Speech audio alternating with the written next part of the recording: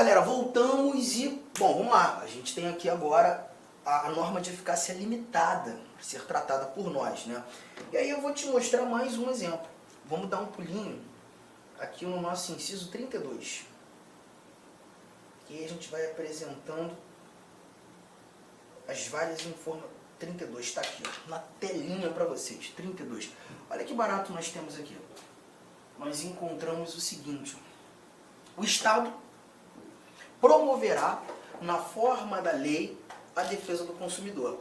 Então perceba que aqui nós temos mais uma vez na forma da lei. Só que a interpretação ela vai ser diferente, porque você encontra o seguinte: ó, o Estado promoverá, na forma da lei, a defesa do consumidor. Primeiro ponto, o nosso Constituinte garantiu a defesa do consumidor como um direito fundamental. Aqui nós temos a defesa do consumidor como um direito fundamental. Isso aqui já está tranquilo, legal? Todavia, a gente verifica que a defesa do consumidor, ela não foi, as regras de defesa do consumidor, elas não foram estatuídas na Constituição. Elas não foram definidas no texto constitucional. Elas devem ser definidas numa lei. Acho que a conjugação do verbo até ajuda, né? O Estado promoverá, na forma da lei, a defesa do consumidor. Vamos lá, vamos matar aqui alguns valores. Preste atenção. Nós temos a Constituição nascendo em 1988. Então, em 1988, a gente ainda não tinha uma lei definindo as regras de defesa do consumidor. Aí, em 88, nasce a Constituição exigindo essa lei, exigindo que o Estado promovesse, na forma da lei, a defesa do consumidor. O Código de Defesa do Consumidor, conhecido Código de Defesa do Consumidor, ele nasce em 1990, que é a Lei 8.078. Aquela lei, a Lei 8.078. Então, o legislador, ele obedeceu essa ordem constitucional, já que a Constituição exigiu que o Estado promovesse, na forma da lei, a defesa do consumidor, o legislador foi lá e criou a lei, obedecendo essa determinação constitucional. Nessa linha de raciocínio, a gente verifica que a norma constitucional, ela só trouxe a defesa do consumidor como direito, mas não falou mais nada sobre. Houve a exigência de uma complementação. E o que isso nos reporta? Temos a defesa do consumidor, deixa eu colocar aqui, defesa do consumidor, inciso 32 da nossa Constituição, como um direito fundamental, está lá na norma. Só que essa norma constitucional, ela precisa de um complemento. E esse complemento decorre do nascimento de uma lei. Tudo bem? Sem essa lei, eu ainda não tenho as regras de defesa do consumidor. Eu não tenho nada. Eu só tenho um direito apresentado, mas sem suas regras. Não sei como exercer a defesa do consumidor. Para que esse exercício se mostre, a gente tem necessidade da lei. Então a lei aparece aqui para tornar exercitável a defesa do consumidor. Sem a lei eu não tenho nada. Eu só tenho um direito previsto, mas sem aplicabilidade. A lei agora ela não nasce para restringir o direito, ela não nasce para diminuir o direito, ela nasce para concretizar o direito. Há exigência da criação da lei. Você percebeu a diferença? Então aqui você já não mais fala de norma de eficácia plena, você já não mais fala de norma de eficácia contida, mas você traz a chamada norma de eficácia limitada.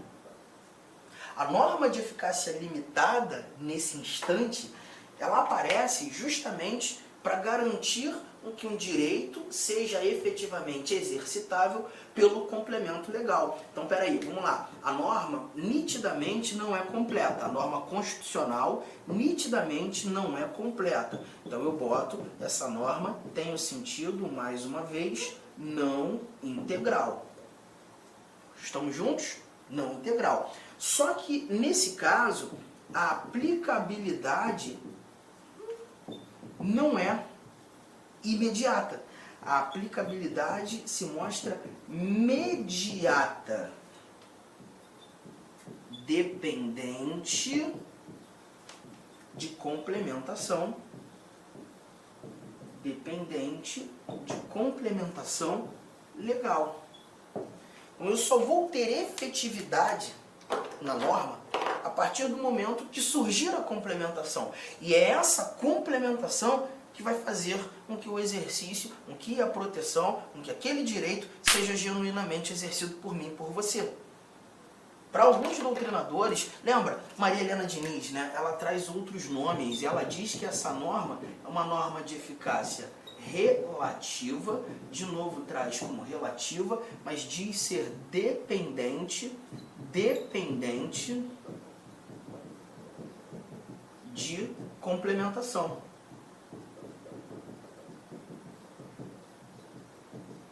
Dependente de complementação. E os nomes dados por Maria Helena Diniz, eu acho nomes muito interessantes, né? Como ela reporta esse tipo de norma. É relativa? Sim, porque você vai ter necessidade de um complemento. E essa relativização, ela surge justamente para uma complementação daquilo que fora iniciado pelo constituinte. Tudo bem? Tranquilo? Arthur, legal. Estou anotando, já dei aqui o pause, já anotei. Você tem mais exemplos? Temos, e é importante trazer exemplos. E aí a gente vai conhecendo o texto constitucional. Olha aqui o que a gente encontra nesse nosso primeiro inciso desse slide. Primeiro inciso desse slide. Nós temos aqui a abertura da liberdade de credo religioso. A abertura da liberdade de credo religioso. Aqui nós temos o seguinte, ó, olha aqui. É inviolável a liberdade de consciência e de crença, sendo assegurado livre exercício dos cultos religiosos e garantida, na forma da lei, a proteção aos locais de culto e suas liturgias. Então a gente verifica que é garantida na forma da lei a proteção aos locais de culto e suas liturgias. Aqui então eu tenho a necessidade da lei para proteger os locais de culto. A necessidade da lei para proteger as liturgias. Há uma exigência da criação de lei. Aqui a gente não está verificando uma lei para diminuir a proteção. A gente não está verificando nascer lei para restringir a proteção. Não, não. A gente está verificando a necessidade da lei para proteger. Para proteger. Norma de eficácia limitada. Assim como no inciso 6º, 7º, olha aqui, ó, é assegurada nos termos da lei a prestação de assistência religiosa nas entidades civis e militares de internação coletiva. Esse inciso é legal porque quando a gente fala de prestação de assistência religiosa, por exemplo, nas entidades civis, a gente verifica religiosos que vão a hospitais, por exemplo, né, para levar a assistência religiosa. Em entidades militares, nós encontramos, tanto nas Forças Armadas quanto nas Forças Auxiliares, polícias militares, bombeiros militares, a figura do capelão, né, que já é um militar, né, que já cumpre o oficialato, que está lá justamente para prestar assistência religiosa. Só que, Arthur, todas as religiões podem levar assistência religiosa, por exemplo, nas entidades militares. Qualquer religião, um indivíduo pode se tornar capelão?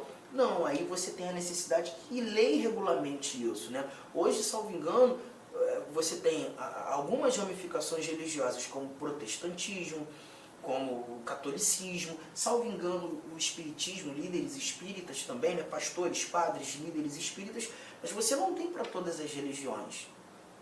Você não tem para todas as religiões. Então, essa prestação de assistência religiosa em entidades militares precisa ser regulamentada em lei. E quando do regulamento em lei, nós teremos a oportunidade que essa prestação de assistência religiosa seja garantida. E aí a gente chega a um ponto.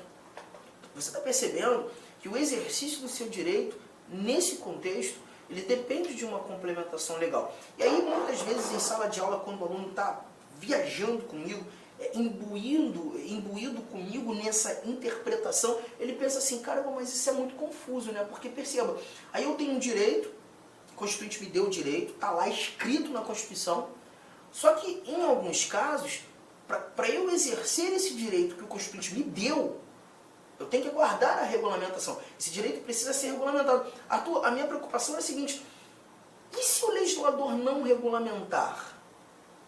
Se o legislador não criar a lei que o Constituinte exigiu nascer para que o direito seja efetivamente exercido por mim? Eu fico no prejuízo? Num primeiro momento a gente pensa em prejuízo, sem dúvida alguma. Num primeiro momento a gente verifica um prejuízo, porque você tem um direito que você não pode exercer, porque o legislador não fez a parte dele. E aí esse prejuízo deve ser entendido como uma violação ao direito. O poder público está violando o teu direito, não por uma ação, mas por uma omissão.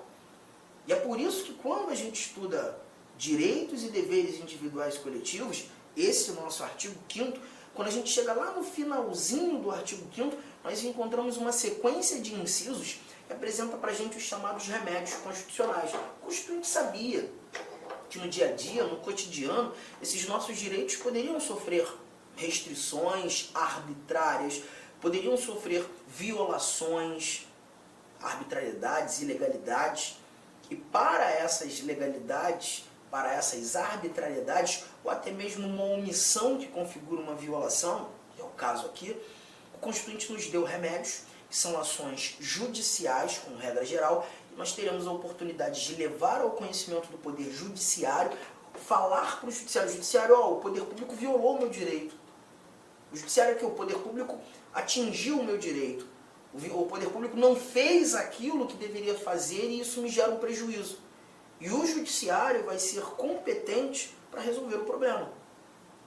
Os remédios constitucionais são instrumentos garantidores da boa fruição dos direitos fundamentais. A gente, quando estuda remédios, o primeiro remédio que aparece na nossa cabeça é o habeas corpus. Todo mundo conhece o habeas corpus. O habeas corpus é o mais comentado na televisão. O habeas corpus ele só protege a liberdade de locomoção. Então quando o poder público viola a liberdade de locomoção de alguém, prende alguém que não deveria ser preso, ou uma prisão que já se mostra injusta, que já se mostra ilegal, eu posso usar um habeas corpus, levar essa ação judicial. Olá, meus amigos, minhas amigas. Inicialmente eu peço licença a vocês, mas esse vídeo é um vídeo demonstrativo do nosso site Lá Concursos, com a intenção das pessoas, nossos futuros alunos, conhecer a nossa metodologia e conhecer, claro, a qualidade do nosso curso. Você quer fazer esse nosso curso completo, atualizado, ponto a ponto, curso bastante enxuto, um curso que eu tenho certeza absoluta, se você estudar pelo nosso material, no nosso material irá constar 100% de sua prova. Pode ter certeza disso. Sabe quanto que está o investimento? Parcela única de apenas, olha aí, R$ 149,90. Vai lá, investe lá um pouco no seu conteúdo. Eu sei que aqui na internet, no YouTube, é de graça, tudo bem, a gente coloca esse vídeo aí sem problema nenhum, mas quer estudar, quer ter uma coordenação, vem fazer parte do nosso Personal Coach, que eu estudo em regime de metas. Aqui não são todas as aulas, não, lá tem outras aulas importantíssimas. Tudo bem? Então venha estudar com a gente, tem um link de matrícula aqui, qualquer coisa você pode entrar em contato com a nossa central de atendimento. Eu espero vocês aqui na Lá Concurso. Forte abraço, fique com Deus, tchau, tchau.